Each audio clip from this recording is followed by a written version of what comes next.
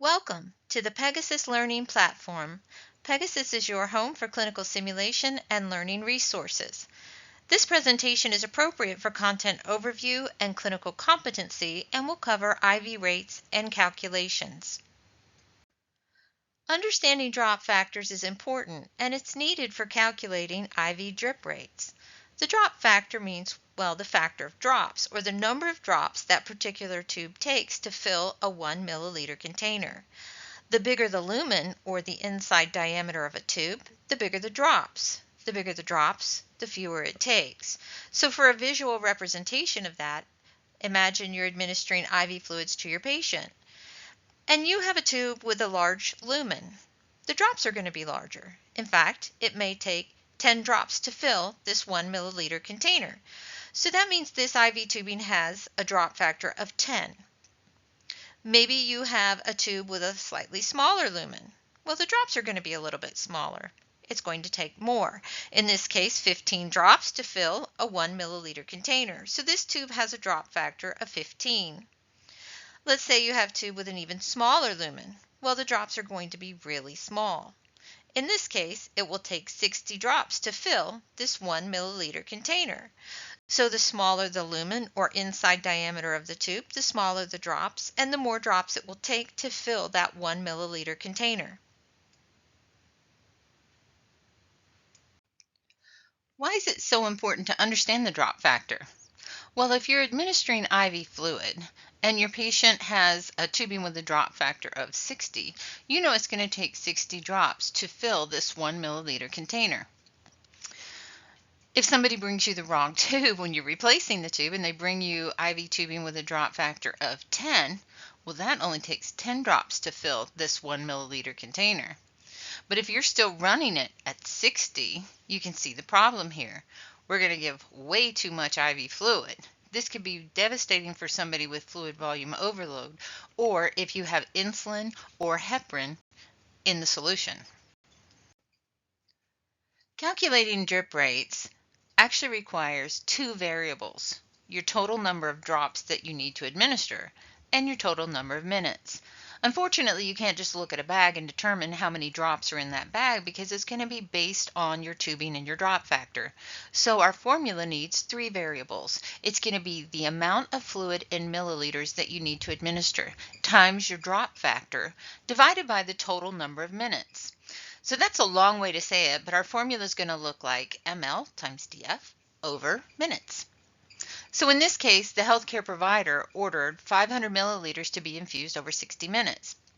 Available is IV line with a drop factor of 10. Those are our three variables that we're going to need to figure out how many drops a minute to administer this IV fluid. So we have how many milliliters? 500. What's our drop factor? 10. How many minutes do we have? 60. So 500 times 10 is 5,000 divided by 60 gives us 83.333 continue. And that's going to round to the nearest whole number at 83 drops a minute. See, it's pretty easy. To continue, the healthcare provider ordered 250 milliliters to be infused over 40 minutes, and available is IV line with a drop factor of 10. Well, I only need three variables. I need my total amount of fluid in milliliters, I need my drop factor, and my total number of minutes. So 250 times 10 gives me 2,500 divided by 40. That's going to give me 62.5, and that's going to round to the nearest whole number of 63. So I'm going to give 63 drops a minute. So to keep practicing, the healthcare provider ordered 50 milliliters to be infused over 30 minutes. Available is IV line with a drop factor of 10. Well, we have our three variables. We have how many milliliters, which is going to be 50, our drop factor of 10, divided by the total number of minutes, which is 30. 50 times 10 gives you 500, divided by 30 gives you 16.66 continue, which is going to round to the nearest whole number of 17 drops a minute. The healthcare provider ordered 100 milliliters to be infused over 20 minutes. Available is IV line with a drop factor of 10. We have our three variables. We have 100 milliliters times the drop factor of 10 divided by the total number of minutes, which is 20. 100 times 10 is 1,000 divided by 20 gives you 50. So we know our rate is going to be 50 drops a minute. The healthcare provider ordered 1,000 milliliters to be infused over 3 hours. Available is IV line with a drop factor of 10. We need to start plugging in our variables. So we know we have 1,000 milliliters times our drop factor of 10. Our third variable is the total number of minutes, but our scenario doesn't give us that, so we need to determine it. We have 3 hours times the 60 minutes per hour. 1,000 times 10 is 10,000 divided by 180 because that's our total number of minutes.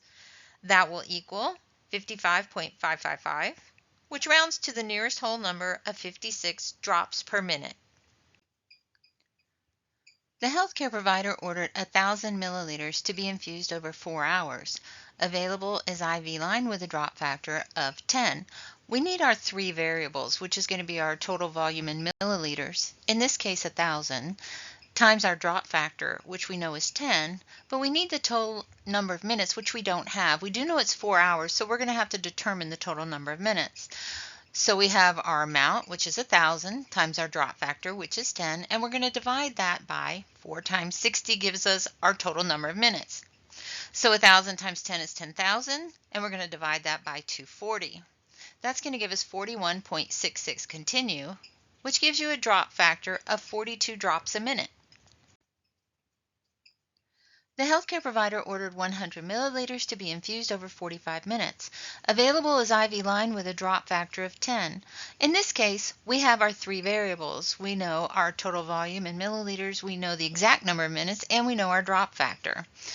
So we're going to take our total amount of volume in milliliters, which is 100 milliliters, times our drop factor of 10 and divide it by our total number of minutes, in this case 45. 100 times 10 is 1,000, divided by 45. This gives us 22.222 continue, which rounds to the nearest whole number of 22 drops a minute.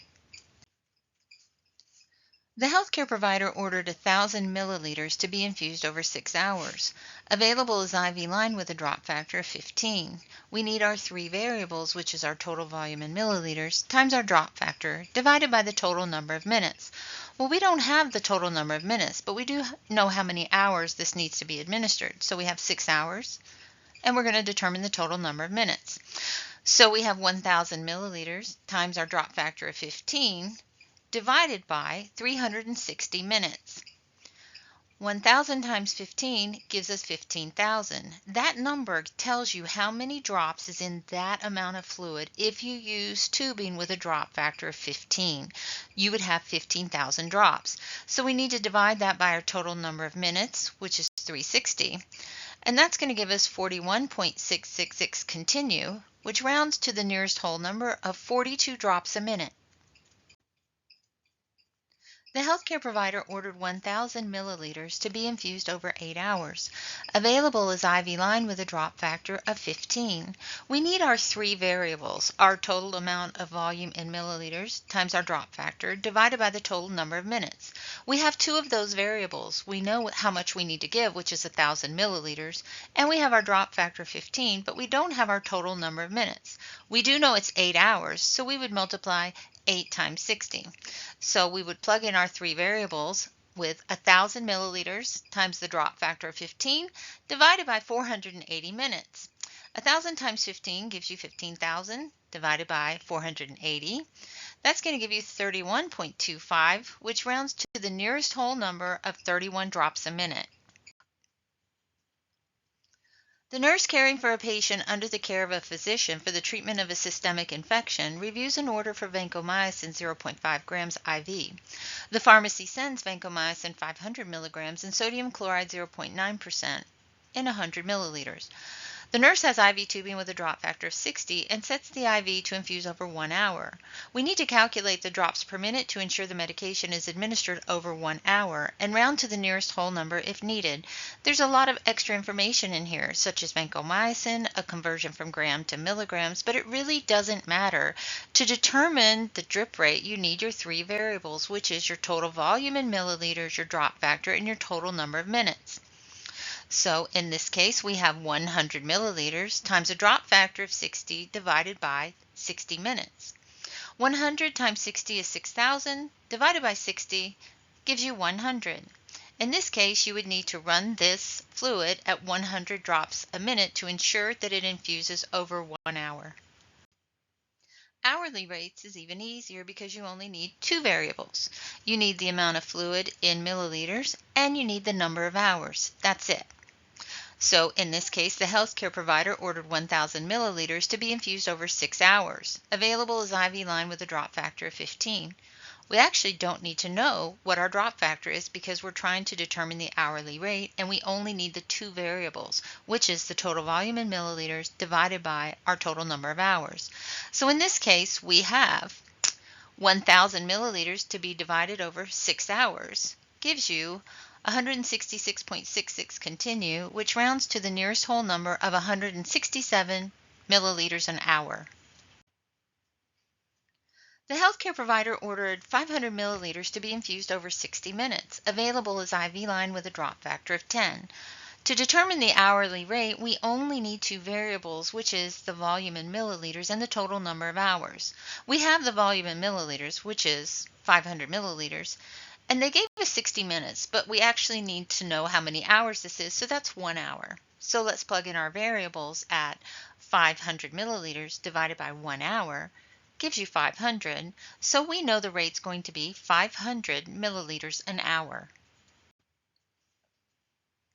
The healthcare provider ordered 1,000 milliliters to be infused over 8 hours. Available is IV line with a drop factor of 15. We only need two variables, the amount in milliliters and the total number of hours. We have 1,000 milliliters divided by 8 hours gives you 125, so we know we're going to give 125 milliliters an hour. The healthcare provider treating Mr. Johnson, a 48-year-old male weighing 210 pounds, orders drug A, 25 milliequivalents IV to administer over a 48-hour period.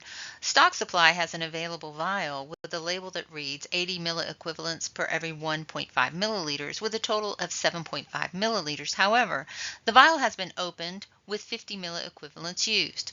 The nurse also notes that the pharmacy sends a bag of IV solution with a label that reads 2 liters of 5% dextrose and 0.45% sodium chloride with drug A, 25 milliequivalents to be administered over a 48-hour period.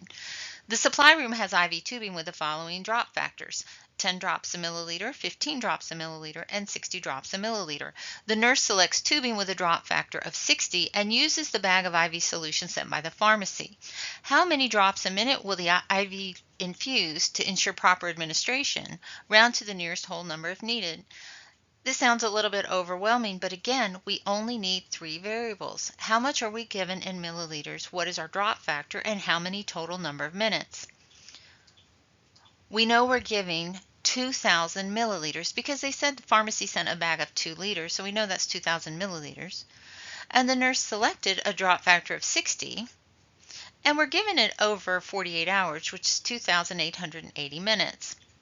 2,000 times 60 is 120,000, divided by 2,880 minutes, which gives you 41.66 continue, and rounds to 42 drops a minute. Don't be confused by the extra information in here. All you need are three variables: your total volume in milliliters, your drop factor, and your total number of minutes.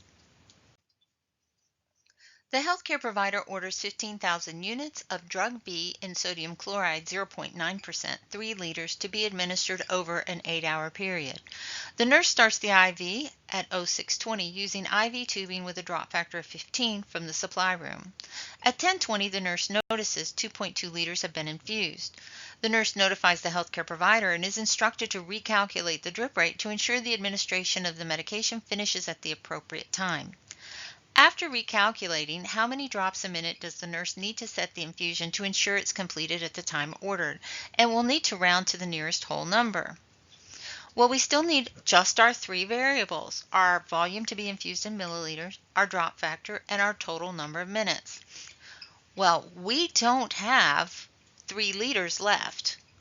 2.2 liters have been infused. And we don't have 8 hours left anymore because 4 hours are already gone. So the infusion was started at 0620 and was scheduled to be completed by 1420. So by 10:20, 4 hours remained for the scheduled infusion time. 3 liters was ordered. 2.2 liters were infused, which leaves 0.8 liters remaining to be infused.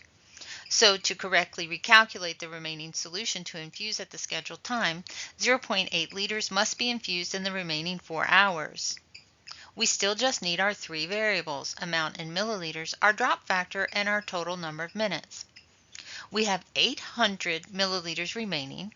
We have a drop factor of 15, and we're dividing that by 240 minutes.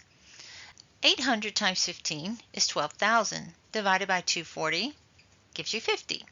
So we know our drops per minute will be 50 drops per minute.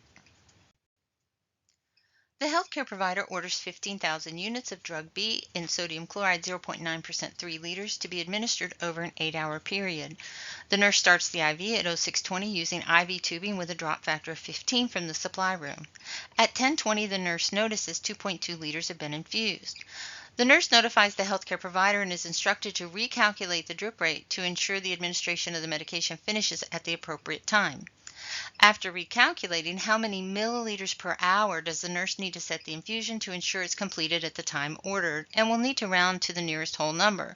So this is the same scenario as before, but instead of drops per minute, we need milliliters per hour, which is going to be easy because you only need the two variables. The infusion was started at 0620 and was scheduled to be completed by 1420. So by 10:20, 4 hours remained for the scheduled infusion. 3 liters was ordered, 2.2 liters was administered, so only 0.8 liters remained to be infused. So to correctly recalculate the remaining solution to infuse at the scheduled time, 0.8 liters must be infused in the remaining 4 hours. We only need two variables. Our amount in milliliters, which in this case is 800, divided by our total number of hours, which we have 4 remaining. So 800 divided by 4 gives us 52.17 continue, which rounds to 52 drops a minute. Let's finish with another simple one. The healthcare provider ordered 1,500 milliliters to be infused over 6 hours. Available is IV line with a drop factor of 15. We only need our three variables. We need the amount in milliliters times our drop factor divided by our total number of minutes. We have 1,500 milliliters times a drop factor of 15 divided by 360 minutes. 1,500 times 15 is 22,500 divided by 360 gives you 62.5, which rounds to the nearest whole number of 63 drops a minute. Please note that this is a brief overview only. This presentation may be used for review and continuing education. The care and treatment of patients receiving IV therapy involve more than this presentation covers. Thank you for your attention to this resource hosted on the Pegasus Learning Platform.